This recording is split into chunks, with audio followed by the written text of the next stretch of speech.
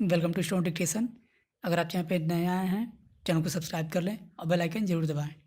Dictation 5 second बाद शुरू होगा। Ready, start.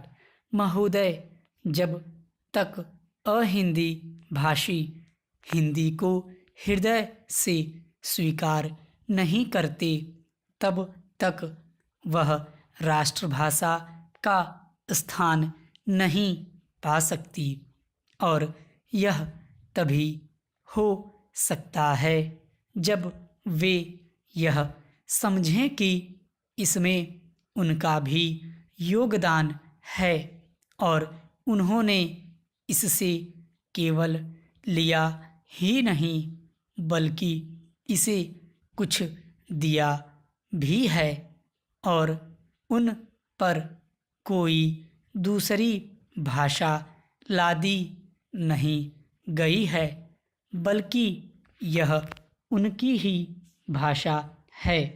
मेरे कहने का अर्थ यह नहीं कि आप उनकी ही व्याकरण अपना लें।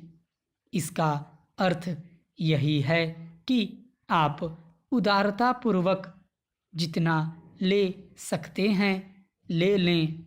भाषा इसी प्रकार बन सकती है।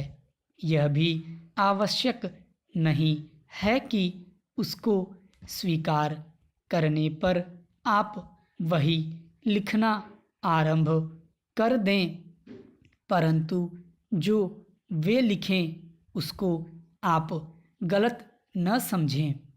आज किसी भी भाषा का रूप वही नहीं है जो उसके प्रारंभिक काल में था। उसमें परिवर्तन होता रहता है।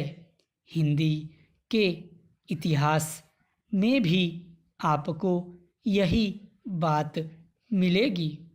मैं हिंदी का कोई विद्वान नहीं हूँ, पर मैं अपने अनुभव से कह सकता हूँ कि उसमें भी पिछले 500-600 वर्षों में बहुत अंतर पड़ा है तथा पहले की और आज की हिंदी में काफ़ी अंतर है।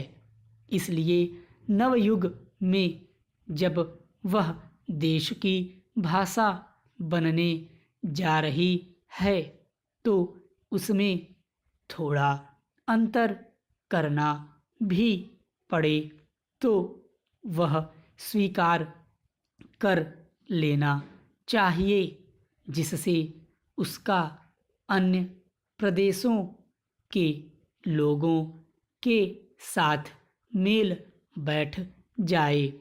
कई अहिंदी भाषी लोगों ने भी हिंदी की काफ़ी सेवा की है। आपके राज्यपाल महोदय अहिंदी भाषी हैं और इन्होंने अपनी भाषा की बड़ी सेवा की है। यह भी हिंदी के पक्ष में थे और इन्होंने बड़ा योग दिया, जिसके कारण हम संविधान सभा में सफल हो सके। इनका भी यही विचार है जो मेरा है। मैं चाहता हूँ कि इनको भी हिंदी की सेवा करने का अवसर दिया जाना चाहिए। उसका फल हिंदी के लिए और देश के लिए अच्छा ही होगा।